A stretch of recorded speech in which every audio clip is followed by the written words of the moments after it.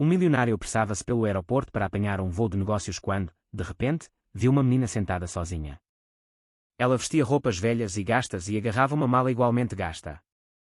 Apesar da sua corrida contra o tempo, a imagem da criança fez-o lembrar-se instantaneamente da sua própria filha, que tinha perdido demasiado cedo. Decidiu aproximar-se para ver se ela estava bem, mas a reação da menina deixou-o completamente atordoado. Respire fundo e prepare-se para ouvir esta história. Espero sinceramente que goste dela. Perfeita para o ajudar a adormecer esta noite, vamos começar. A antiga Quinta dos Pires, situada numa rua tranquila, com as suas paredes cobertas de era e o seu telhado de telhas cinzentas e desbotadas, que outrora ecoara com risos de criança e melodias de piano, agora apenas ressoava com o assobiar do vento através das janelas entreabertas. O retrato de Dom António Pires, o antigo proprietário, o pai que partira, fora removido da sala de estar, substituído por um vaso de vidro colossal cheio de flores de plástico. Não restava qualquer calor do passado, apenas uma ordem estéril e desolada, como se tudo o que ali existira tivesse sido completamente apagado. Beatriz, de 6 anos, pequena, com o seu cabelo castanho emaranhado e olhos tão claros como a água de uma nascente, encolhia-se num canto do seu quarto, agarrando um velho caderno de esboços. Nas suas páginas, traços desajeitados tentavam recriar o rosto do pai, um rosto que ela temia que a memória lhe roubasse a cada instante. Uma voz grave e calorosa, uma mão que sempre lhe afagava o cabelo com ternura, o coração de Beatriz apertava-se dolorosamente. Sentindo-se à beira do colapso, Carla Correia sentava-se à grande secretária, folheando as páginas de um dossiê volumoso. Cada folha parecia um reflexo das suas ambições e ansiedades. O testamento final de António ainda não estava totalmente executado, havia cláusulas que a impediam de assumir o controle total do património. O rosto de Carla era uma máscara de impassibilidade, mas os seus olhos brilhavam com uma frieza calculista. Tinha sido secretária de António e conhecia cada detalhe financeiro, cada investimento, cada pessoa que poderia ser um obstáculo no seu caminho. Passos suaves ecoaram ao aproximar-se. Maria, a governanta de meia-idade, trazia o tabuleiro do pequeno almoço e perguntou em voz baixa: "Minha senhora, posso levar alguma coisa para a menina Beatriz comer?" Carla pousou a caneta, baixando a voz. "Ela precisa de aprender a ter melhores maneiras. Não me deu os bons dias esta manhã." A frase foi suficiente para gelar o sangue de Maria. Ela apenas assentiu, as suas mãos a tremer ligeiramente, e pousou o tabuleiro. Desde a morte do patrão, Maria não vira um único raio de luz naquela casa, tudo se desenrolava sob uma fachada de civilidade. Carla estava sempre a sorrir, sempre preocupada, mas quando as portas se fechavam, restavam apenas os suspiros silenciosos e o olhar assustado de uma criança. Quando Maria saiu, Carla pegou num pequeno molho de chaves e subiu as escadas. A porta do quarto de Beatriz estava ligeiramente entreaberta. Abriu-a e a luz fria do corredor infiltrou-se no canto onde Beatriz estava sentada no chão. "Está na hora de comer", disse Carla, com uma voz monocórdica. Beatriz sentiu um arrepio de ansiedade, não ousou dizer nada, pois aprendera que qualquer reação significava uma punição. Exceto pelo prato de comida, que Carla colocou na pequena mesa, um bocado de pão seco, e depois trancou a porta. O clique metálico da chave a girar na fechadura era um som suave e familiar naquele pequeno quarto. Beatriz olhou para o teto, ainda havia uma mancha de umidade da chuva do ano anterior, uma forma vaga que se assemelhava a uma nuvem cinzenta. Pegou no seu lápis e começou a desenhar, desenhando até a ponta se partir. Desenhava para esquecer a fome, para se lembrar do olhar gentil do seu pai. No andar de baixo, Carla mudou de vestido, aplicou perfume e admirou-se ao espelho. Perto do anoitecer, a campainha tocou. Rui Belmonte, o antigo contabilista de António, entrou. Um homem corpulento com o colarinho da camisa demasiado apertado, tirou o chapéu, fez uma vénia e sentou-se na poltrona de cabedal em frente a ela. "Boa noite, precisamos de falar sobre os valores pendentes", sussurrou ele, a sua voz com um ligeiro tremor.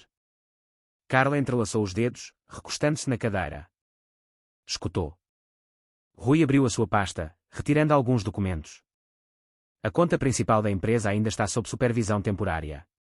Se quer que a transferência da tutela seja finalizada, temos de resolver todas as condicionantes legais relativas à herdeira menor." Carla olhou para uma fotografia de Beatriz na secretária, os seus olhos escureceram por um instante. "Eu compreendo, Rui", continuou ela, "mas o advogado do António ainda verifica regularmente as condições da tutela.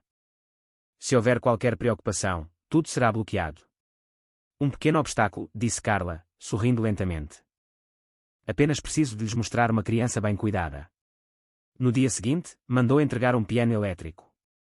Contratou alguém para o instalar e tirou algumas fotografias de Beatriz sentada ao teclado com um sorriso forçado. Carla enviou as fotografias ao advogado com uma nota. continuamos a incentivar o desenvolvimento dos seus talentos. Na realidade, todas as noites ela convidava amigos. O som da música alta e do vinho verde ecoava pelo andar de baixo. Beatriz sentava-se sozinha lá em cima, ouvindo as gargalhadas que reverberavam pelas paredes, misturadas com o tilintar dos copos. Abraçava o seu velho urso de peluche. O cheiro do fumo dos cigarros misturado com perfume dava-lhe dores de cabeça. Quando Beatriz abriu secretamente o seu caderno de esboços, tentando gravar a memória do sorriso do seu pai, Carla entrou. Ela escondeu rapidamente o caderno atrás das costas. O que é isso? Beatriz não teve tempo de responder. Carla arrancou-lhe das mãos. Viu os desenhos. Houve um segundo de silêncio, e depois o papel foi violentamente rasgado, um som agudo e cortante que ecoou pelo quarto. O teu pai não vai voltar, disse Carla com firmeza, como se estivesse a apagar uma memória que não era sua. Beatriz ficou imóvel, com os olhos a arder. Mas não chorou. Aprendeu a não derramar lágrimas à frente daquela mulher, porque cada lágrima só fazia Carla sorrir com mais frieza. Maria, a governanta, assistiu à cena através da porta entreaberta.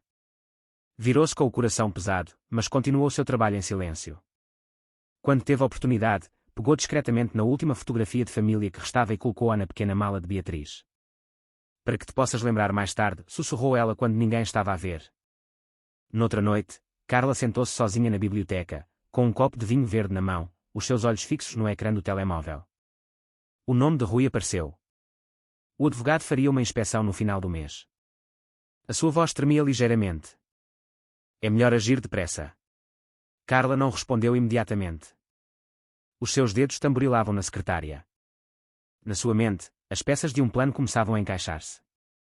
Pousou o copo de vinho e abriu o seu computador portátil. A luz do ecrã iluminava o seu rosto afiado e frio. O cursor pairava sobre as palavras. Reservar voo de ida e volta, introduzir datas, selecionar destino. Com os olhos fixos, um clique seco confirmou a ação. Refletido no ecrã, o rosto de Carla parecia observar a sua própria alma, impassível, glacial. Pela primeira vez em meses, Carla entrou no quarto de Beatriz sem franzir o sobrolho, abrindo a porta e dizendo com uma estranha doçura na voz. Acorda, vamos fazer uma viagem. Beatriz olhou para cima, surpreendida. Desde a morte do seu pai, esta era a primeira vez que a sua madrasta lhe falava com um tom de bondade. Ela sentiu uma ponta de esperança. Apressuradamente, juntou o seu urso de peluche e o seu caderno de esboços, as duas únicas coisas que a faziam sentir-se amada. Carla colocou algumas roupas velhas na mala, o suficiente para parecer uma curta viagem. Não mencionou o destino, apenas instruiu, porta-te bem. Não faças perguntas. Beatriz pensou que talvez a sua madrasta finalmente quisesse aproximar-se. Uma pequena centelha de alegria acendeu-se no seu coração, como uma luz fraca no fim de um túnel escuro. No andar de baixo, Maria estava a limpar a mesa de jantar. Quando viu um bilhete de avião cair de uma pilha de papéis que Carla tinha esquecido, baixou-se para o apanhar, olhando para o nome impresso em negrito, Carla Correia, único passageiro adulto. O seu coração afundou-se, e os pensamentos da menina ecoaram na sua mente. Quando ela perguntou, Carla apenas sorriu, dizendo levemente, vou enviar a Beatriz para passar uns dias com um parente. Não se preocupe com isso. Mas aquele sorriso fez Maria estremecer. Da janela do segundo andar, Beatriz observou o carro a aproximar-se do portão. Carla arrastou a mala. Fez um gesto para que a menina a seguisse, sem uma palavra de despedida ou um abraço, apenas o som rítmico dos seus saltos altos na calçada de pedra. Maria ficou atrás da cortina, agarrando a borda do tecido, querendo gritar, mas as palavras não saíam. O carro atravessou as largas avenidas, as fileiras de árvores passavam desfocadas pela janela. Beatriz sentou-se encolhida no banco de trás, agarrando o seu urso de peluche. Carla esteve ao telemóvel o tempo todo, a sua voz monótona e fria, intercalada com palavras como transferência e certificação. O dia da inspeção. Beatriz não compreendia, só achava a mulher estranhamente distante. Quando o carro parou no aeroporto, Carla ajeitou o cabelo e pôs uns grandes óculos de sol. Dirigiu-se diretamente para a área de check-in, deixando Beatriz a arrastar a sua pequena e pesada mala atrás dela. A longa fila, o cheiro a café, os anúncios nos altifalantes, o som das rodas das malas no chão, tudo era avassalador para a menina. Toda a gente tinha um destino, só Beatriz não sabia para onde há. No balcão de check-in, Carla fingiu procurar nos seus bolsos por documentos. Virou-se para Beatriz e disse rapidamente, espera por mim aqui. Vou buscar uma bebida. Beatriz sentiu um nó no estômago enquanto caminhava para uma fila de cadeiras de metal e se sentava. As suas pernas curtas balançavam, sem tocar no chão. Abraçou o seu urso de peluche com força, olhando para o teto alto salpicado de luzes. Passaram 5 minutos, depois 10, depois 20. Carla não voltava. Beatriz começou a ficar ansiosa. Levantou-se, olhando em volta. A multidão avançava como uma onda anônima. Sempre que uma mulher de vestido se aproximava, ela prendia a respiração, esperando, mas ninguém parava. Um funcionário da limpeza passou, olhando para a menina sentada sozinha. Hesitou por um momento, prestes a perguntar, mas lembrou-se de como Carla tinha falado há pouco como se fossem próximas, abanou a cabeça e continuou o seu caminho. Todos estavam ocupados com as suas próprias vidas. Então a pequena mala virou-se, e as roupas espalharam-se pelo chão. Beatriz baixou-se para as apanhar, as suas mãos tremiam, os seus joelhos arranharam-se. Ninguém ajudou. Arrastou a mala de volta para a cadeira, desabando, as lágrimas a escorrerem pelo rosto. O urso de peluche escorregou-lhe das mãos, rolou alguns metros e parou em frente a um sapato de homem. Ele parou, alto, de fato azul, com uma expressão melancólica. Diogo Mendes, 38 anos, um empresário admirado nos círculos financeiros, o homem que perdera a sua mulher e filha no incêndio 3 anos antes. Desde essa tragédia, raramente olhava nos olhos de uma criança, mas a imagem daquela menina encolhida no chão do terminal movimentado prendeu-o. Baixou-se, apanhou o urso de peluche e colocou-o suavemente na cadeira. Beatriz sobressaltou-se, com os seus grandes olhos cheios de lágrimas, o rosto pálido de medo. Por um instante, Diogo viu a sua própria filha, os mesmos olhos, a mesma fragilidade. Um longo silêncio passou, e depois o anúncio de um voo ecoou à distância. O homem respirou fundo, como se reunisse coragem, e estendeu a mão. Despediste-te de alguém? Perguntou ele gentilmente, a sua voz sem qualquer traço de insistência ou ameaça. Beatriz olhou para a sua mão grande e quente, estranha, mas não assustadora. Tentou falar, mas a sua garganta estava apertada. Apenas abanou a cabeça, depois encolheu-se, agarrando o urso. Diogo não se foi embora. Sentou-se na cadeira ao lado dela, olhando em volta à procura de um guardião. Não havia ninguém. Algumas pessoas olhavam, registavam a cena e seguiam em frente. Um funcionário do aeroporto aproximou-se para perguntar, e Diogo disse em voz baixa: "Acho que ela foi abandonada." A frase fez silêncio no ar à volta deles. O funcionário hesitou, chamando a segurança. Enquanto falavam, Beatriz começou a chorar, sussurrando: "A mãe disse para eu esperar." A frase atingiu Diogo como um soco. Olhou para ela, não havia hesitação nos seus olhos pesados. Momentos depois, Carla já estava num táxi a afastar-se do aeroporto. Tirou os óculos de sol, apertou os lábios enquanto se olhava no espelho. O telemóvel vibrou, uma mensagem de Rui. Respondeu com um único ponto final. O carro entrou na autoestrada, fundindo-se no trânsito, movendo-se tão depressa que ninguém no aeroporto conseguiria segui-lo. Diogo permaneceu sentado ao lado da menina no meio do caos barulhento de um mundo ocupado. Tirou um lenço e ofereceu à pequena Beatriz. Ela pegou nele, enxugou as lágrimas e sussurrou: "Eu portei-me bem." Ela disse que se eu me portasse bem, ela voltava. Diogo apertou as suas próprias mãos suavemente, sentindo o seu coração partir-se de novo. A menina olhou para os seus olhos lacrimejantes, procurando desesperadamente um rosto familiar na multidão. Apenas estranhos no meio da multidão apinhada do aeroporto. A imagem do homem sentado silenciosamente ao lado da menina atraiu a atenção de alguns funcionários. Diogo tinha alertado a segurança. Mas todos estavam confusos, ninguém sabia com quem a menina estava, e não havia nomes correspondentes na lista de passageiros. Beatriz apenas balbuciou algumas palavras desconexas, uma confissão que era ao mesmo tempo trêmula e aterrorizada: "A mamãe deixou-me." Uma equipa de funcionários levou os dois para uma sala de segurança. Nos monitores, as câmaras mostravam claramente Carla afastar-se com a sua mala sem olhar para trás. Alguém olhou para Diogo e perguntou-lhe qual era a sua relação com a menina. Ele apenas abanou a cabeça. A resposta era demasiado curta, mas a profunda tristeza nos seus olhos dizia tudo. Beatriz sentou-se na sala de espera. À sua frente estava um copo de água que ele lhe dera, mas ela não bebeu, apenas o encarava. Os seus pequenos dedos traçavam a borda do copo, com medo de que, se o entornasse, ele também desaparecesse como a outra mulher. Diogo sentou-se em frente a ela, os seus olhos fixos no seu pequeno rosto. Ela era mais magra que a sua filha, o seu cabelo estava despenteado, mas os seus olhos eram estranhamente semelhantes, olhos que conheciam medo. Mas ainda se agarravam a um fio de esperança quando a polícia chegou. O ar na sala tornou-se subitamente sério. Um agente da polícia reconheceu Diogo, sussurrando ao seu colega: "É o senhor Mendes", murmurou ele. Depois tomou uma nota: Diogo Mendes, empresário, potencial guardião temporário de menor abandonada. Diogo ouviu, não reagiu, apenas assinou a declaração. Enquanto revistavam a bagagem, abriram a pequena mala. Lá dentro, apenas alguns vestidos velhos, um par de sapatos gastos e uma fotografia de família rasgada. O pedaço que restava mostrava apenas metade do rosto do pai, um homem com olhos gentis, e um medalhão de prata com as letras SNT gravadas para sempre. Diogo pegou nele, em silêncio. Havia algo naquele pequeno objeto que lhe apertava o coração, não entendia porquê, mas sentiu um impulso de o guardar como uma promessa silenciosa. Pouco depois, a porta abriu-se. Isabel Duarte, uma assistente social, entrou. Uma mulher na casa dos 50 anos, com movimentos rápidos e um olhar perspicaz, fez algumas perguntas, mas Beatriz apenas baixou a cabeça, encolhendo-se. Sempre que alguém falava demasiado alto, Isabel virava-se para Diogo e falava em voz baixa.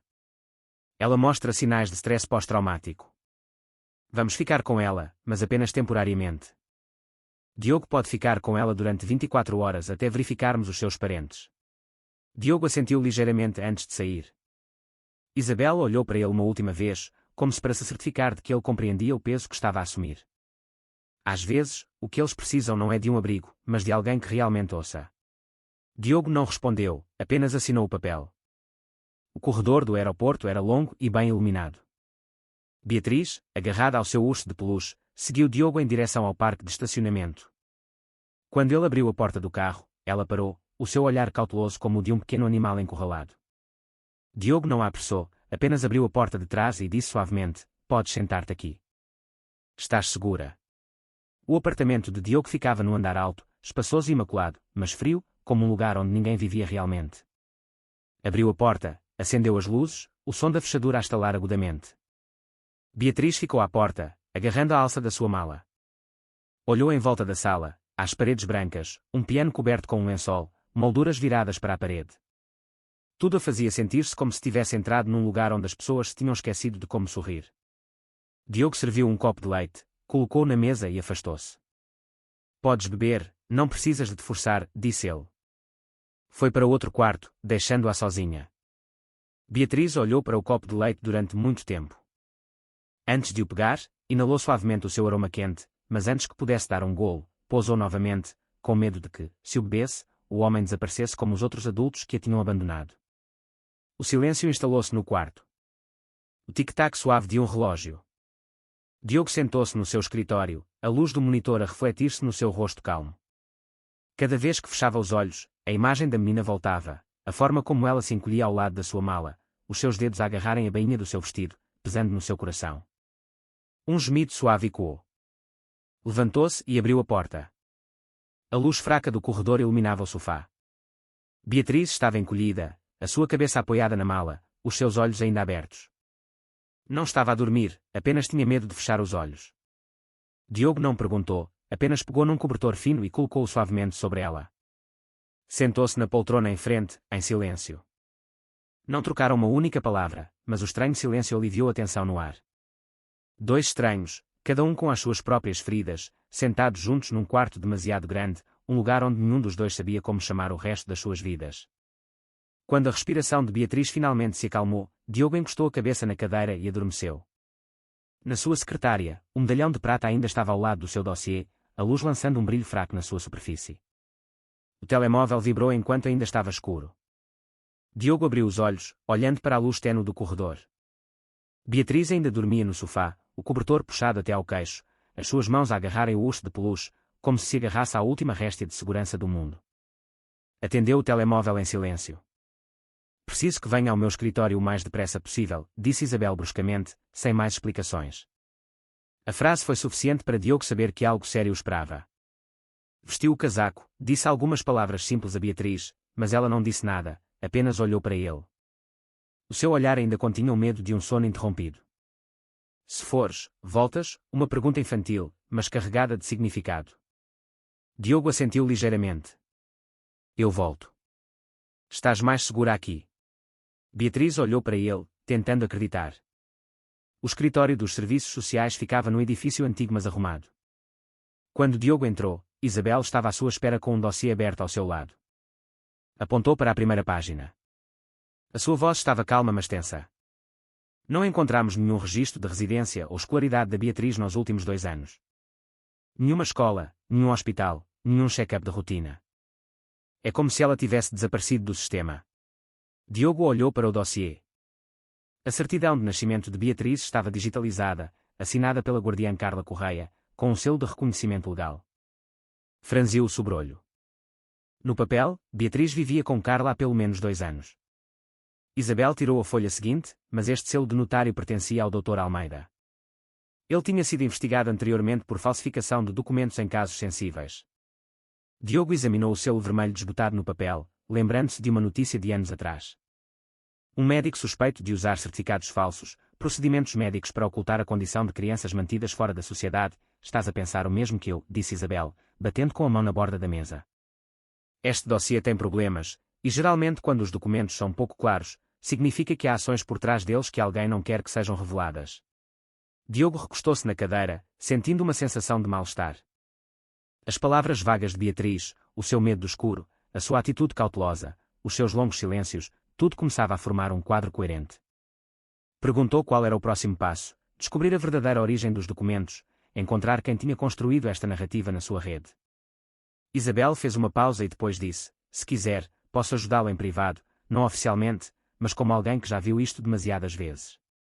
Diogo assentiu imediatamente. Preciso de si. Ela sorriu ligeiramente, não de felicidade, mas como se tivesse encontrado uma nova razão para continuar o trabalho ao qual dedicar a sua vida. Quando Diogo regressou ao apartamento, este estava estranhamente silencioso. Beatriz estava sentada junto à janela, o seu urso de peluche ao seu lado como se fosse o único protetor em quem podia confiar, e à sua frente estava um desenho por acabar. Ele aproximou-se. Beatriz escondeu rapidamente o desenho atrás das costas por reflexo, mas Diogo não lhe o arrancou. Esperou que ela lhe desse.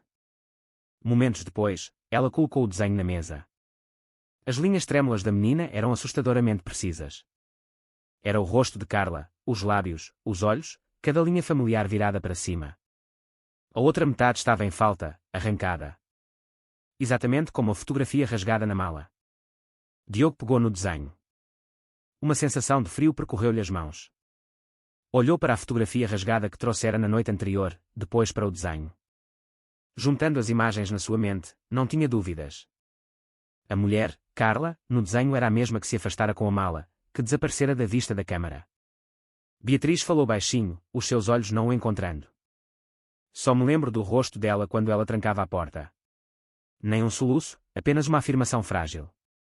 Diogo cerrou os punhos. Tentando não deixar a sua emoção transparecer à frente da menina, tirou uma fotografia do desenho e enviou-a a Miguel, o seu velho amigo, um talentoso especialista em tecnologia que costumava gerir a segurança dos sistemas da sua empresa. Anexou um pedido: encontra todos os registros de voos, imagens de câmaras e dados relacionados com esta mulher.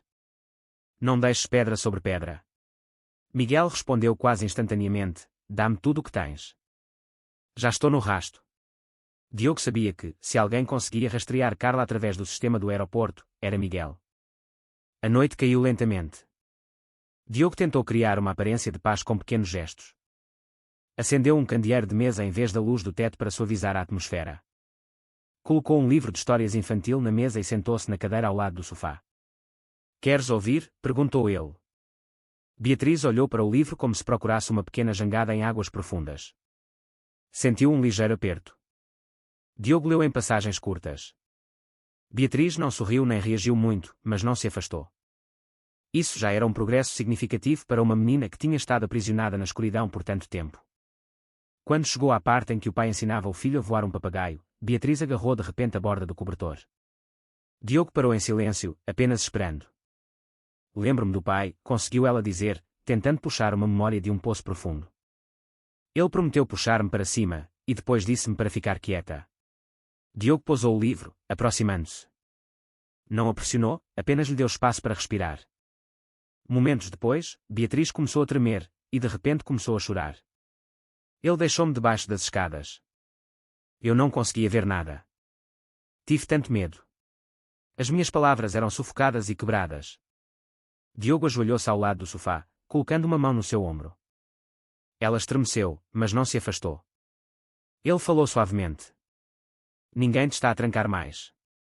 Estás aqui. Eu vejo-te. Beatriz agarrou o seu urso de peluche, enterrando o rosto na sua pele macia. A sua respiração tornou-se irregular, como se estivesse a fugir de um pesadelo tornado realidade. Diogo olhou para ela, depois para o medalhão de prata na mesa. Aquela coisa contra António Pires. Beatriz Pires, a ligação entre as duas cartas tornou-se clara. Isabela enviou uma mensagem exatamente nesse momento. Encontrei mais alguma coisa. Carla apresentou a certidão de óbito do seu marido, António Pires, apenas 3 dias antes de registar a tutela de Beatriz. Não é coincidência. Diogo leu a mensagem, sentindo um aperto no peito. O abandono no aeroporto não foi um ato espontâneo, foi o passo final de um plano de longo prazo. Olhou para Beatriz, a menina de 6 anos a tremer, tentando conter um pesadelo. Uma menina que não tinha permissão para existir nos registros, ausente da vida social, escondida como um objeto de que ninguém queria falar. O olhar de Diogo estava pesado, mas havia algo mais profundo, a determinação de um homem que tinha perdido tudo, agora confrontado com a oportunidade de salvar outra vida. Levantou-se, pegou no seu casaco, na fotografia rasgada e na lista de nomes que Isabel acabara de enviar. Adeus, Beatriz. Ela olhou para cima. Onde vais? Diogo inclinou-se para a frente, colocando suavemente uma mão na sua cabeça, como se tivesse medo de a magoar. Vou descobrir a verdade e volto. A porta fechou-se atrás dele, deixando Beatriz a olhar para os seus olhos ainda inchados, mas menos aterrorizados. Voltou a abraçar o seu urso de peluche, mas desta vez não para se proteger, mas para esperar. Diogo saiu do apartamento com uma determinação que não sentia desde o dia em que perdeu a sua família. Isabel escolheu um pequeno café perto da cidade velha, onde se encontrou com Maria. O sol do meio-dia entrava pelas janelas antigas, acentuando as linhas de tensão no rosto da mulher de 60 e poucos anos. Maria ficou imóvel, as suas mãos entrelaçadas, enquanto Diogo se apresentava e explicava o propósito da reunião. Um vislumbre de confusão passou pelos seus olhos, depois ela desviou rapidamente o olhar, como se tivesse medo de ser ouvida. Isabel falou primeiro, a sua voz suave, com a intenção de a tranquilizar. Não estamos aqui para remexer no passado. Queremos proteger a Beatriz. Você cuidou dela, e acredito que sabe mais do que os registros oficiais mostram. Os dedos de Maria tremeram ligeiramente. Respirou fundo antes de falar. Depois que o Sr. António partiu, não houve mais risos naquela casa, e a menina foi como que apagada do mundo. Diogo inclinou-se para a frente sem pressionar, apenas ouvindo. A Carla proibiu todo o pessoal de entrar no quarto da Beatriz. A Maria continuou, dizendo que a menina precisava de tempo, mas eu sabia que algo estava errado. Todos os dias, a comida era deixada à porta, ninguém podia perguntar. A sua mão apertou o guardanapo. Uma tarde, Maria contou lentamente, enquanto limpava a cozinha, ouvi um pequeno choro vindo da cave. Fui verificar e encontrei a Carla parada ao pé das escadas. Ela olhou para mim como se me quisesse destruir. No dia seguinte, fui despedida sem explicação, apenas um envelope grosso e um aviso: não volte, não quero problemas. Isabel colocou suavemente a mão no braço de Maria, como se dissesse que ela já não estava sozinha. Diogo perguntou: sabe alguma coisa sobre os bens do senhor? António. Maria baixou os olhos. Só sei que o senhor António tinha muitos contratos grandes e inacabados. Depois da sua morte, tudo era tratado pelo Rui Belmonte. Ela confiava nele completamente. O nome de Rui encaixava como um elo perdido. Diogo memorizou cada detalhe. Diogo e Isabel conduziram diretamente para o antigo edifício da empresa de António. A sinalização era nova, os escritórios renovados, mas o nome de Rui na lista de funcionários superiores fez Diogo sentir como se uma sombra pairasse sobre cada passo. À entrada, um segurança barrou-lhes o caminho. Desculpe, esta é uma área privada, disse Isabel, mostrando o seu cartão e explicando brevemente. O segurança olhou para o cartão, depois para Diogo, hesitando por alguns segundos. Mas no final, abanou a cabeça e disse: é melhor irem-se embora. Ninguém aqui vos quer ver. Enquanto se afastavam, Diogo olhou pelo espelho retrovisor e viu um sedan preto não muito longe. O carro não tinha logótipo da empresa nem sinais de identificação, mas permaneceu ligado quando eles se afastaram, mantendo uma distância constante atrás deles como uma sombra persistente. Estão a seguir-nos, murmurou Isabel, olhando para trás. O seu olhar era estranhamente calmo. Bem, acabamos de confirmar mais uma coisa: o Rui não quer ninguém intrometer-se nos seus assuntos. Diogo anotou a matrícula mesmo a tempo de o outro carro acelerar e virar para uma rua estreita. Naquela noite, o telemóvel de Diogo mostrou uma mensagem de Miguel. Abriu-a, uma sensação pesada a crescer no seu peito. Encontrei os dados. A Carla usou um passaporte falso. Ela deixou o país na noite em que abandonou a Beatriz.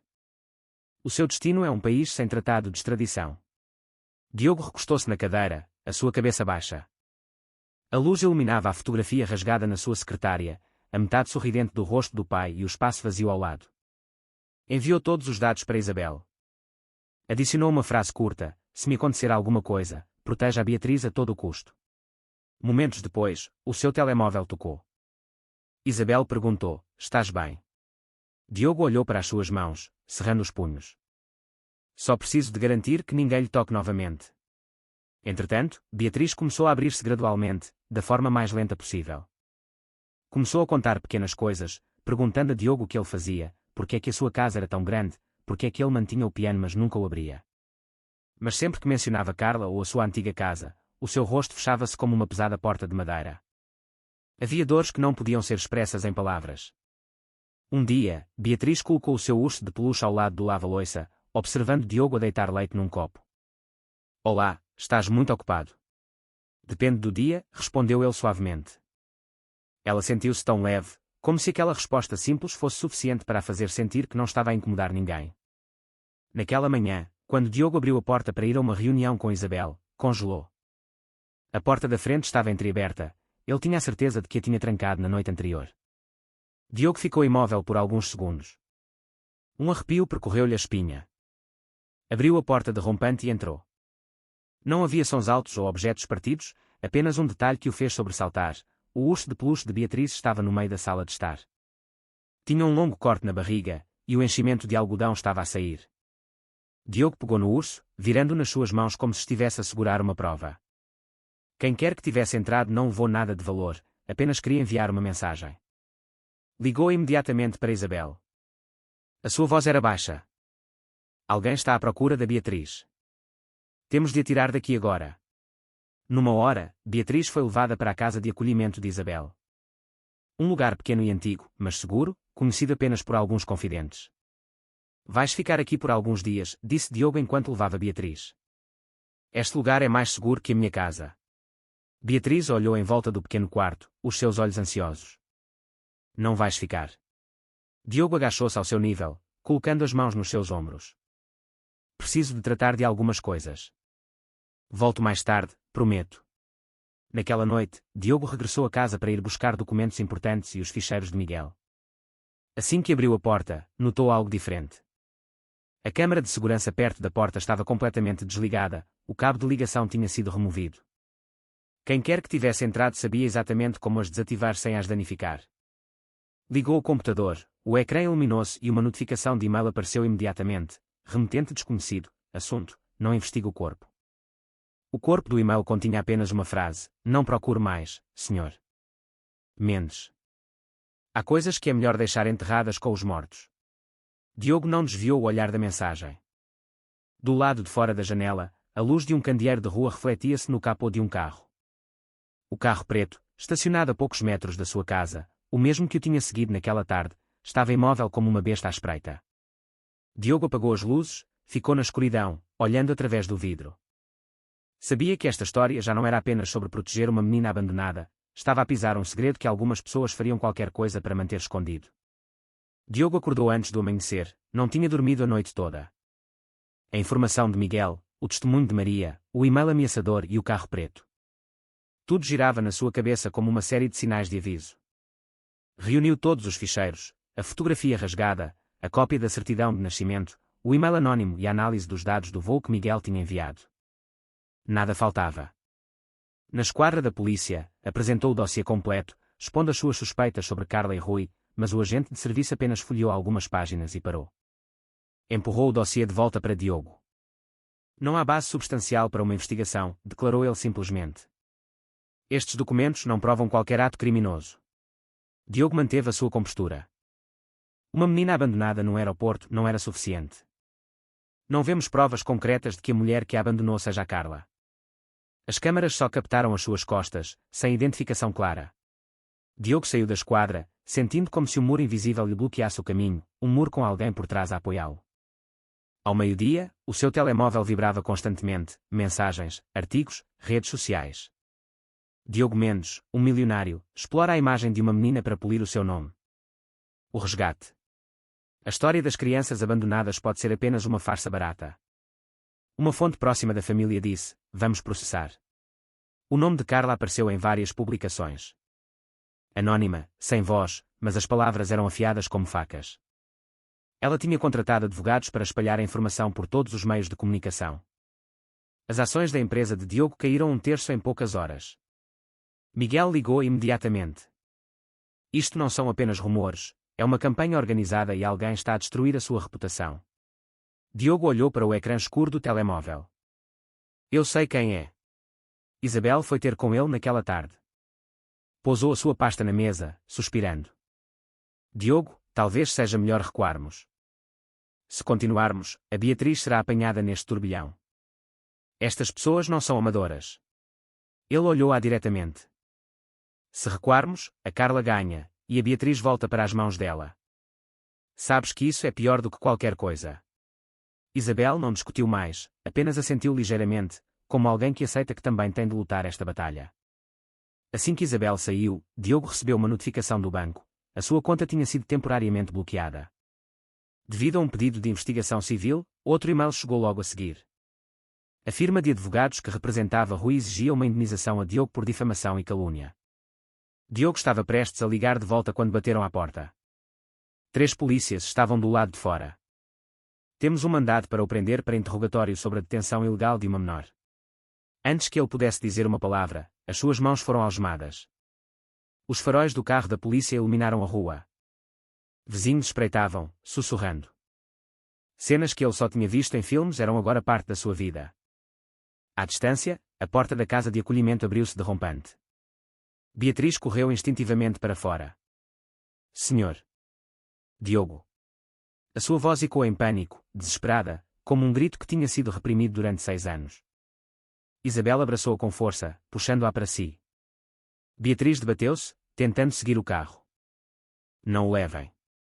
Ele não fez nada, mas o carro arrancou, deixando-a no meio do pequeno pátio.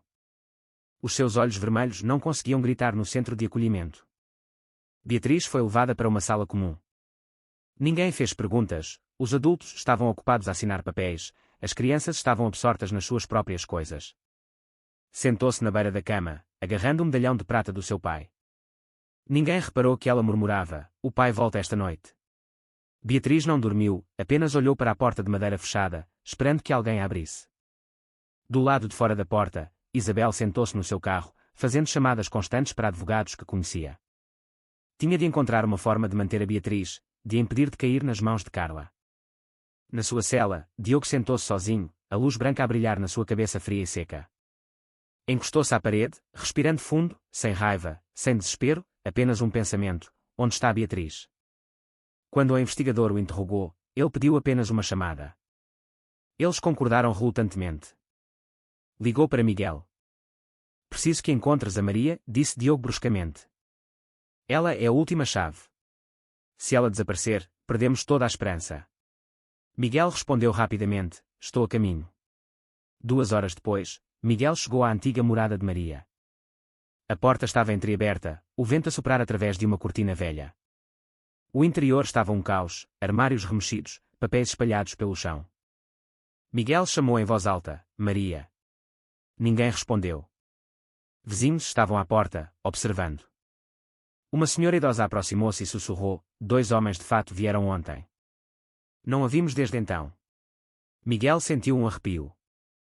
Tirou o telemóvel e ligou de volta para Diogo, mas a linha estava bloqueada porque a prisão tinha um bloqueador de sinal. Beatriz estava encolhida num canto da pequena sala de jantar. Ouviu 2 funcionários a falar. Um deles chamava-se Carla, e queria recuperar a custódia da sua filha. Disse que a criança era filha legítima do seu marido. Ou, que a história era complicada. Se os documentos fossem válidos, não havia muito que a prisão pudesse fazer. Beatriz ofegou. Recuou para um canto da cama, agarrando o seu urso de peluche. Os seus olhos estavam arregalados de pânico. Não quero voltar para lá. As palavras apenas ecoaram na sua cabeça, não ousou dizê-las em voz alta. Na sala de interrogatório, a luz branca refletia-se na mesa de metal. Diogo sentou-se direito. O espelho unidirecional à sua frente estava escuro. Uma sombra apareceu atrás do vidro. A porta abriu-se. Um homem colocou uma fotografia na mesa. Carla, na fotografia, sorria radiante, de braço dado com um homem desconhecido, parecendo muito íntimos. Diogo olhou para a fotografia, o seu maxilar cerrou-se. As peças do quebra-cabeças começaram a formar-se na sua mente. Tocaram-se tão rapidamente que o seu peito se apertou. O homem à sua frente murmurou: "Sabe quem ela é?" Diogo não respondeu, não precisava. O seu olhar dizia tudo. Carla sentou-se direita, as suas mãos entrelaçadas na mesa como se estivesse a participar numa reunião de rotina. "Senhor Mendes", disse ela, o seu olhar encontrando o dele com subentendido. "Estou surpreendida por usar uma criança para polir a sua imagem. Que vergonha para alguém que já foi considerado um pilar da comunidade empresarial." Diogo não respondeu, olhou-a diretamente nos olhos. O seu olhar não continha raiva, mas pura determinação. O inspetor Costa ficou entre os dois, segurando uma pilha de ficheiros. Respeitava Diogo pelos projetos comunitários que ele tinha financiado, mas hoje tinha de desempenhar um papel diferente. O seu desconforto era palpável desde o momento em que começou. Ambas as partes ouviriam uma comparação ponto por ponto dos ficheiros para verificar a tutela. Carla apresentou rapidamente uma cópia dos documentos de adoção juntamente com um grosso dossiê de registros médicos. "A Beatriz tem problemas psicológicos. Tenho cuidado dela há 2 anos, mas ele", olhou para Diogo, arrancou-a para criar uma história heroica. Diogo disse apenas uma frase: "Quero ver os registros médicos novamente." Isabel estava a caminho. Carla sorriu ligeiramente como se tudo estivesse sob controlo. Isabel chegou à esquadra quase 1 hora depois, os seus passos rápidos, segurando o dossiê que ela e Diogo tinham examinado no dia anterior. Comparando a assinatura do Dr. Almeida no ficheiro original com a da apresentação de Carla, a diferença era óbvia, a caligrafia no documento de Carla era mais suave. Faltava-lhe a ênfase e, mais importante, faltava-lhe a linha de certificação profissional obrigatória. "Esta assinatura é uma falsificação", disse Isabel, colocando ambas as cópias na mesa de Costa. "Quem assinou o original foi o Almeida, mas quem assinou este documento foi alguém que queria esconder algo." Costa examinou cada traço, o seu rosto escureceu. Mas assim que estava prestes a tomar notas, a porta da sala de interrogatório abriu-se derrompante. Um oficial superior entrou, colocando a mão no dossiê. "Parem. Este é um caso sensível que envolve um indivíduo poderoso. Não continuaremos a investigar até novas ordens." Costa pousou lentamente a caneta. Não protestou, mas o seu desacordo era demasiado óbvio. Isabel olhou para ele, vendo claramente o conflito interno do inspetor. Entretanto, no centro de acolhimento, Beatriz sentou-se silenciosamente no pátio. Observava as folhas a cair, mas não via realmente nada. Qualquer ruído à sua volta a fazia sobressaltar. Quando Sara, uma nova funcionária, se aproximou, Beatriz encolheu-se instintivamente, mas Sara não lhe tocou, apenas se sentou num banco próximo. Mantendo uma distância segura: "Tens fome?", perguntou Sara, colocando uma pequena bolacha na mesa de madeira. Beatriz hesitou, mas os seus olhos foram atraídos para o pendente no pescoço de Sara, um objeto finamente esculpido. Já tinha visto aquela inscrição antes, na carteira de Carla, na caixa de maquilhagem no canto do seu quarto na quinta. Sara apercebeu-se do seu olhar e cobriu o pendente com a mão, sussurrando: "Não é meu. Só o estou a usar temporariamente. Não tenhas medo." Beatriz ficou em silêncio, mas os seus olhos não se desviaram do colar. Naquela noite, quando o centro se acalmou, Sara entrou sorrateiramente na arrecadação, procurando o ficheiro com o nome Beatriz Pires, abrindo-o para o comparar com a cópia do sistema. Vários itens tinham sido alterados: a hora de entrada, os registros dos exames médicos, as notas de avaliação psicológica, tudo mostrava sinais de manipulação. Sara tirou fotografias de cada página, enviando-as para um endereço de e-mail estranho escrito num pedaço de papel velho no seu bolso: Isabel, advogada da cidade. Mas assim que saiu da sala, as luzes do corredor acenderam-se. Uma câmara no teto girou precisamente para a sua posição, capturando claramente a sua silhueta enquanto passava. Na manhã seguinte, Sara foi informada de uma licença súbita. Ninguém no centro deu uma razão. Beatriz vasculhou o armário de Sara à procura de algo a que se agarrar. Entre papéis amarrotados, encontrou um pequeno bilhete: "Confia no Diogo. A verdade está na cave." Beatriz agarrou o papel, o seu coração a bater descontroladamente. A cave era o lugar em que ela sempre tentara não pensar. Quando Isabel investigou Sara, encontrou alguns registros antigos. Sara tinha sido assistente de enfermagem do Dr. Almeida, despedida após apresentar uma queixa interna sobre o médico emitir documentos fraudulentos para casos obscuros. Isabel fez uma captura de ecrã e enviou-a para Miguel. A Maria mencionou a cave, a Sara confirmou, temos de ir ver. Miguel respondeu imediatamente, encontrei o antigo esconderijo das chaves da Quinta dos Pires. A cave não foi aberta desde que a Carla saiu. Diogo ainda estava detido, mas quando Miguel foi autorizado a vê-lo por alguns minutos, falou bruscamente. A quinta, a cave. A Maria mencionou o choro. A Sara deixou uma pista. O Costa tem de ir ver.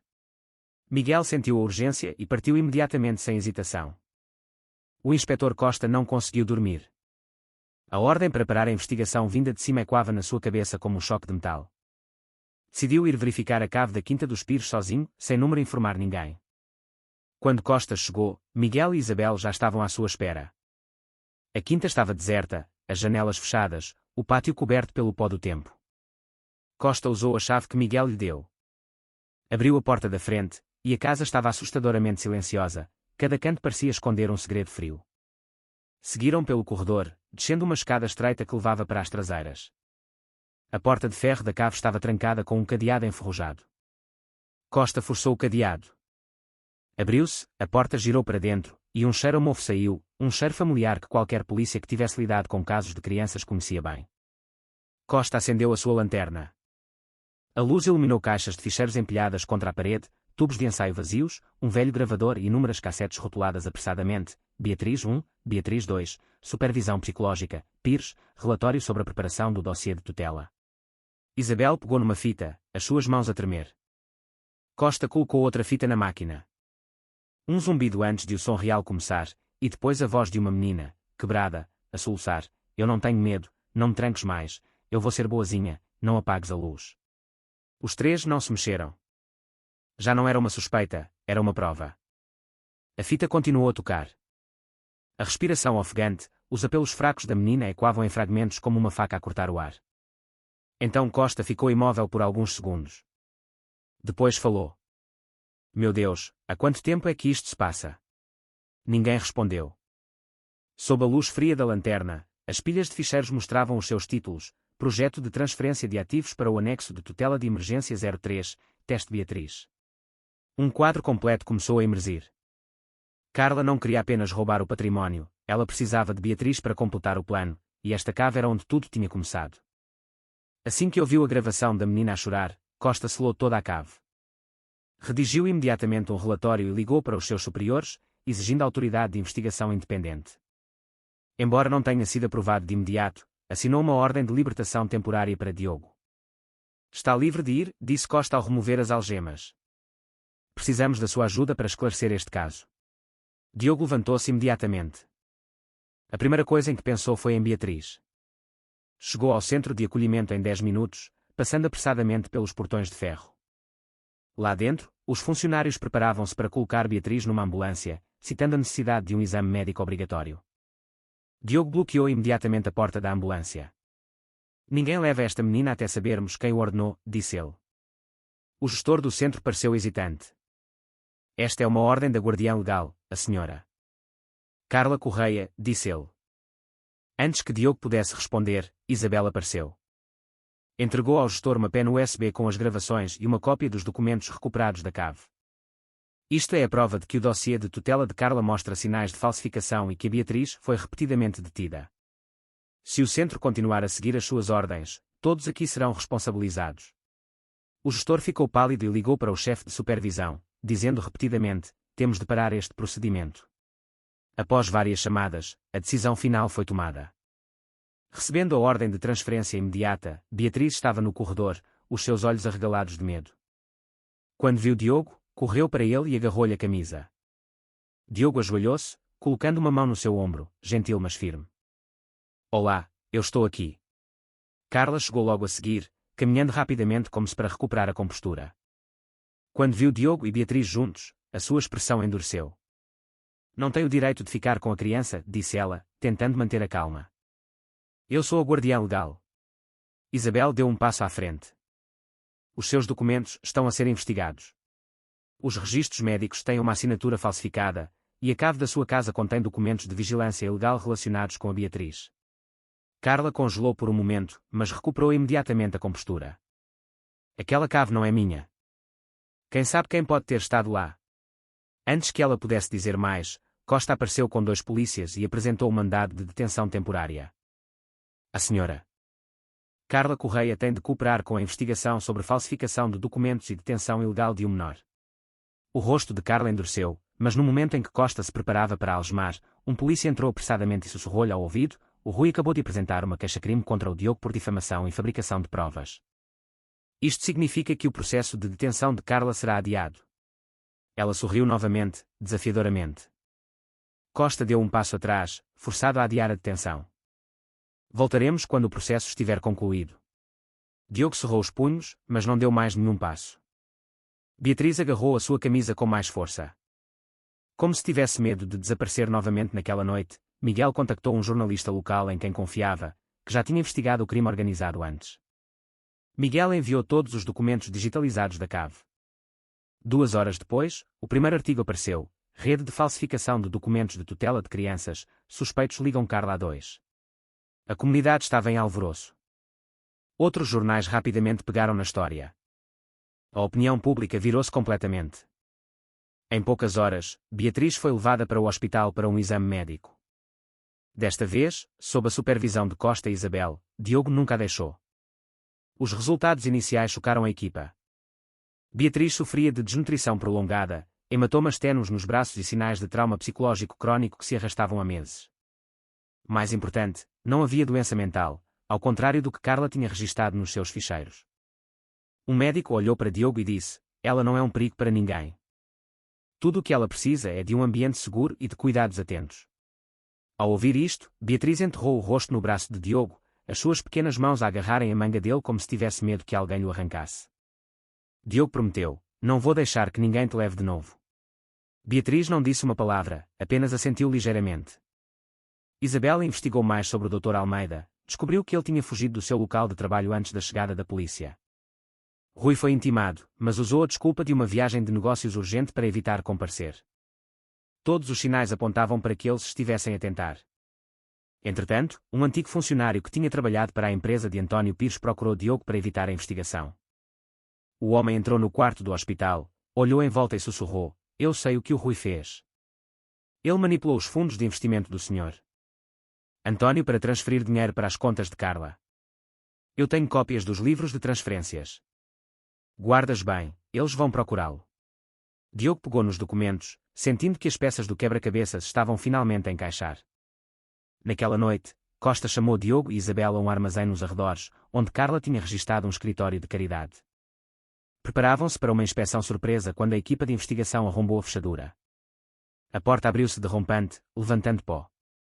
As lanternas varreram as paredes, revelando pilhas de caixas de documentos, pães USB, múltiplos passaportes com nomes diferentes e recibos de transferências anónimas. Miguel levantou um dossiê. Isto é a prova de que a Carla usou uma instituição de caridade falsa para lavar dinheiro. Lá dentro, havia também um pequeno cofre. Costa deu-lhe um pontapé e a porta abriu-se. Dentro estavam dossiês que correspondiam aos documentos da cave da Quinta, os originais, não editados antes de a equipa ter tempo para deliberar. A voz de Carla ecoou de um canto da sala. Ela estava a fechar desajeitadamente o seu computador portátil, falando ao telemóvel: não a deixem viver para contar a história. Não quero repetir o erro. Ela ofegou quando a luz da lanterna lhe atingiu o rosto. Recuou instintivamente, o seu calcanhar a prender-se na borda de uma caixa, fazendo-a perder o equilíbrio e cair no chão. Diogo avançou instintivamente para se defender. Costa levantou imediatamente a mão para o parar, sinalizando para ele não se aproximar. O som dos passos da equipa de investigação tornou-se mais forte à medida que inundavam a sala, iluminando cada canto com as suas lanternas. Tudo o que Carla tentara esconder foi finalmente exposto. Após a rusga ao armazém, Carla foi detida. Carla já não mantinha a sua confiança anterior. Confrontada com uma montanha de provas, desde os passaportes falsos e ficheiros alterados até aos documentos de transferência e dezenas de gravações, Carla não tinha para onde fugir. Durante o interrogatório que durou várias horas, ela finalmente admitiu ter participado na manipulação dos registros financeiros de António Pires e na falsificação do dossiê de tutela de Beatriz. No entanto, transferiu toda a responsabilidade financeira para Rui, alegando que ele tinha orquestrado todo o esquema desde o início. Quando esta informação chegou à equipa de investigação de Costa, ele emitiu um mandado de captura urgente para Rui. Várias patrulhas foram destacadas perto da fronteira. 2 dias depois, ele foi preso numa estação de autocarros deserta, precisamente quando se preparava para atravessar para um país vizinho com documentos falsos. Na sua mochila, a polícia encontrou um disco rígido externo contendo mais de 200 GB de dados. Dentro estava uma lista de documentos falsificados, recibos de transferência e dados de dezenas de crianças cujos dossiês de tutela tinham sido alterados. O nome de Beatriz aparecia repetidamente, indicando que ela era um caso-chave na rede. Quando o disco rígido foi levado para análise, Miguel foi o primeiro a chegar ao computador. Abriu cada pasta, leu cada linha de dados e extraiu cada registro. No ecrã, as cadeias de símbolos e encriptação transformaram-se gradualmente numa lista de nomes, datas e imagens digitalizadas de documentos falsos. Alguns casos eram suspeitos de detenção a longo prazo, outros estavam desaparecidos, sem registros originais encontrados. O pequeno caso tinha se tornado algo muito maior, uma rede que se estendia por anos. Os meios de comunicação social entraram em ação imediatamente, as notícias internacionais explodiram, o maior escândalo de custódia da década, sistema de tutela explorado para a apropriação de bens. Carla e Rui estavam no topo de todos os artigos, e entre as linhas, o pequeno nome Beatriz Pires era mencionado como um símbolo das crianças esquecidas. Entretanto, Beatriz começou a terapia psicológica. Embora a crise imediata tivesse passado, ela ainda se encolhia sempre que ouvia uma porta a bater. Quando o terapeuta lhe perguntava, ela não conseguia articular o medo, apenas agarrava o seu urso de peluche, como se estivesse a proteger um fragmento de memória restante. O terapeuta recomendou terapia artística para que ela pudesse expressar o que não conseguia dizer. Diogo comprou a Beatriz um grande conjunto de aguarelas. No primeiro dia, ela apenas ficou a olhar para as cores durante muito tempo. Depois começou a pintar. Os seus primeiros traços eram todos em tons escuros, cinzento, preto, azul escuro. Não havia formas claras. Diogo não fez perguntas, apenas se sentou ao seu lado. No terceiro dia, no meio das manchas escuras, Beatriz acrescentou um pequeno círculo no canto direito da página, um sol minúsculo. A linha estava um pouco trêmula, mas era reconhecível. Diogo olhou para a pintura durante muito tempo, depois pousou a mão no seu ombro. Não disse nada, foi apenas um toque leve, mas suficiente para Beatriz saber que não estava sozinha. Ele também sentiu aquela pequena centelha de luz a brilhar na sua própria alma, um lugar que tinha estado demasiado frio após a tragédia familiar de anos antes. Passou um mês, o julgamento recomeçou. Lá fora, os repórteres lutavam por imagens. Lá dentro, as provas foram apresentadas uma a uma. Costa ficou perante o tribunal, a sua voz firme. Todos os documentos apreendidos mostram uma interferência sistemática em atos de desvio de bens e tutela ilegal. A menina Beatriz Pires foi apenas uma de muitas vítimas. Isabel levantou-se e contou o que Maria tinha dito, as irregularidades nos ficheiros, o rastro da mediação fraudulenta. Não havia indignação, apenas factos e compaixão pelas crianças apagadas da sociedade. Miguel apresentou a cadeia de dados financeiros manipulados, descrevendo claramente o fluxo de dinheiro da empresa de António para contas anónimas em nome de Carla. O tribunal emitiu o seu veredito. Carla recebeu uma sentença de prisão de vários anos por múltiplas acusações relacionadas com falsificação de documentos, detenção ilegal e cumplicidade em roubo de bens. Rui recebeu uma sentença mais pesada, e os seus bens foram confiscados para apoiar a investigação mais ampla. Ao saírem do tribunal, Beatriz segurou a mão de Diogo. Viu Carla a ser levada, mas os seus olhos já não tremiam. Era uma tristeza silenciosa, como olhar para uma ferida antiga que tinha sido suturada mas ainda doía ao toque. No pátio do tribunal, Diogo ajoelhou-se, olhando diretamente nos olhos de Beatriz. Não posso substituir os teus pais biológicos, disse Diogo, cada palavra suave mas firme. Mas posso caminhar contigo pelo resto da tua vida, se quiseres. Beatriz olhou para ele, o seu olhar a suavizar. Depois deu um passo em frente e abraçou, não por medo, mas como aceitação. Os flashes das câmaras brilharam atrás deles, capturando o momento em que dois destinos começaram um novo capítulo, um já não obscurecido pelas sombras. Mas quando se preparavam para deixar o tribunal, o telemóvel de Diogo tocou. Isabel tinha sido levada para as urgências devido a um ligeiro AVC. Estava exausta após semanas de investigação, correndo constantemente para proteger Beatriz, passando noites em branco a verificar cada linha de dados. Diogo olhou na direção do hospital distante. Beatriz pegou silenciosamente na sua mão e apertou-a suavemente. O seu coração encheu-se de gratidão pela mulher que tinha lutado incansavelmente pelas crianças. Passaram 3 anos, tempo suficiente para uma menina que se encolhia num canto escuro se tornar uma jovem mulher capaz de enfrentar a vida de frente. Beatriz tinha agora 19 anos, a estudar medicina com especialização em pediatria e cuidados de trauma. Passava a maior parte do seu tempo no hospital universitário, regressando ocasionalmente aos escritórios da Fundação Pires, a organização que Diogo fundara logo após o fim do caso. Diogo já se tinha reformado há muito tempo, já não ocupado com reuniões ou eventos de investimento. A sua vida agora girava em torno da gestão da fundação, da supervisão de projetos de apoio a crianças e de guiar Beatriz passo a passo no caminho que ela desejava. Ele ainda mantinha a sua calma, mas estava mais saudável, com um espírito mais leve, como se trazer Beatriz para a sua vida lhe tivesse dado a resposta que ele procurava há tanto tempo. A primeira vez que Beatriz foi enviada para um estágio na Serra da Estrela, ela estava tão entusiasmada que mal conseguiu dormir. A estrada da cidade para a pequena aldeia era de gravilha. O carro balançava violentamente, mas Beatriz não se importava.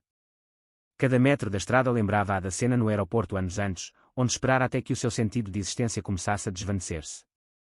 Se Diogo não tivesse parado naquele dia, ela não estaria aqui hoje. Quando chegaram à pequena escola onde a equipa médica tinha montado o seu posto, as crianças correram para fora, os seus olhos a brilhar. Algumas corriam, outras riam, mas algumas ficavam à parte, observando em silêncio. Beatriz prestava sempre atenção a essas crianças porque já tinha sido uma delas.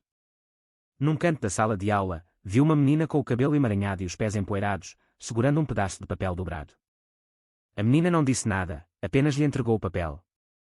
Nele estava uma pergunta tímida e infantil: já tiveste medo? Beatriz parou. A pergunta trouxe de volta uma memória que ela pensava ter guardado numa gaveta antiga. Ajoelhou-se, colocando as mãos nos joelhos da menina, sentindo as suas pequenas pernas a tremer de frio. Beatriz não respondeu imediatamente. Tocou suavemente no seu próprio peito, depois olhou nos olhos da menina, da mesma forma que Diogo costumava fazer sempre que ela não encontrava palavras para se expressar. Eu costumava ter muito medo, disse Beatriz em voz baixa, mas alguém me parou, e então eu soube que o medo só precisa de uma mão para o acalmar. A menina olhou para Beatriz por um longo tempo, depois assentiu ligeiramente. Não sorriu, mas o seu olhar estava menos tenso. De volta à casa, Diogo recebeu um prémio honorário da União Humanitária Internacional. Subiu ao palco, sem discurso preparado, olhou para a sala cheia e começou lentamente: esta honra não me pertence. Pertence a uma menina que uma vez foi abandonada, mas que me ensinou o que é a verdadeira compaixão. O nome dela é Beatriz. A sala inteira aplaudiu ruidosamente, mas Diogo apenas sorriu modestamente, como sempre. Quando Beatriz regressou da montanha, encontrou Diogo no seu escritório. Ele estava sentado junto à janela, a olhar para os vasos de plantas que Beatriz tinha plantado quando ela entrou. Diogo virou-se, o seu olhar tão quente como o de um pai a ver a sua filha regressar após um longo dia. Ela entregou-lhe uma pequena caixa. Dentro estava um medalhão de prata gravado com SNT, a única lembrança que restava da sua antiga família. Sim, quero que o guardes, disse Beatriz. Pertenceu-te durante muito tempo, mas já não preciso dele para me lembrar do que perdi. Tenho coisas novas a que me agarrar, as vidas que posso salvar. Diogo olhou para o medalhão por um longo tempo. As suas mãos tremiam ligeiramente, como se estivesse a tentar conter a emoção. No final, apenas pousou a mão na sua cabeça, apertando-a suavemente sem dizer uma palavra. No entanto, a saúde de Diogo estava a deteriorar-se. Raramente mencionava a sua doença, apenas encorajava Beatriz a continuar os seus estudos, a continuar a crescer, a continuar no seu caminho. Então, um dia, não conseguiu sair da cama. O quarto do hospital estava frio, mas a mão de Beatriz nunca deixou a dele. Ele partiu silenciosamente, sem dor, foi apenas um último suspiro que se dissolveu no ar, deixando um vasto vazio no seu coração. O funeral de Diogo foi simples. Tal como ele desejava, não houve convidados oficiais, nem imprensa, apenas as pessoas que ele tinha ajudado, órfãos, mães solteiras, pessoas que tinham superado tempos difíceis graças à sua mão. Hoje, Beatriz leu o elogio fúnebre. Ela não chorou, a sua voz estava calma mas forte. Foi ele que parou para que eu pudesse começar. Hoje, continuarei a sua jornada por ele. Os presentes baixaram a cabeça. O espaço estava silencioso, inteiramente dedicado ao homem que tinha salvo tantas vidas sem precisar de reconhecimento. 2 anos depois, nasceu o Projeto Refúgio, uma organização desenvolvida a partir da Fundação Pires. Expandindo as suas operações para vários países, a organização apoiava crianças abandonadas, mães solteiras e famílias a lutar contra o trauma. Beatriz tornou-se a médica principal da organização, não só tratando doenças, mas também gerindo diretamente os projetos de cuidados psicológicos para crianças. Viajava frequentemente para áreas remotas para fazer trabalho de caridade. As terras poeirentas, as tendas médicas improvisadas e as aldeias dispersas eram onde ela dedicava o seu coração. Durante uma sessão de aconselhamento numa aldeia nas Trás-os-Montes, Beatriz encontrou uma criança com deficiência auditiva. O menino estava encolhido num canto, agarrando uma camisa velha quando Beatriz se aproximou. Ele sobressaltou-se, o seu olhar cheio de cautela. Beatriz não disse nada, apenas se sentou ao seu lado, tocando suavemente no seu ombro. Depois pousou a mão no seu próprio coração, movendo-a lentamente em direção ao dele, o gesto que Diogo costumava usar para lhe sinalizar que estava a ser observada. O menino piscou os olhos e, pela primeira vez, estendeu a mão para a colocar sobre a de Beatriz. No final do dia, enquanto a equipa de caridade arrumava as coisas de Beatriz, ela sentou-se para escrever no diário que Diogo lhe tinha dado. Quando eu tinha 16 anos, havia feridas que não se podiam ver com os olhos, havia almas que só precisavam que alguém as ouvisse verdadeiramente. O vento passava pela aba da tenda, trazendo o som de crianças a rir perto de uma fogueira. O céu noturno na montanha era escuro mas cheio de estrelas. Uma pequena mas persistente luz brilhou sobre Beatriz, que se aproximou de uma criança a dormir, puxando suavemente o cobertor sobre os seus ombros. A sua mão pousou no seu peito por um momento. O seu batimento cardíaco misturou-se com a brisa lá fora. Foi apenas um pequeno momento, mas suficiente para compreender que o círculo da salvação se tinha fechado. Diogo tinha parado por ela, agora ela parava por outras crianças. E essa é a história para adormecer esta noite, uma longa jornada de dor, com tantos momentos de cortar o coração, mas também cheia de pequenos e profundos atos de salvação, que começaram simplesmente porque uma pessoa escolheu parar. Olá, depois de ouvir esta história, o que mais ressoou consigo? Com que personagem sentiu uma ligação mais profunda? A resiliente Beatriz, o compassivo Diogo, ou talvez outra pessoa tocou o seu coração? Qual das suas ações o impressionou mais e o fez refletir mais profundamente? Deixe um comentário abaixo para que possamos partilhar os nossos sentimentos e conversar mais sobre esta história. Desejo-lhe uma noite muito tranquila.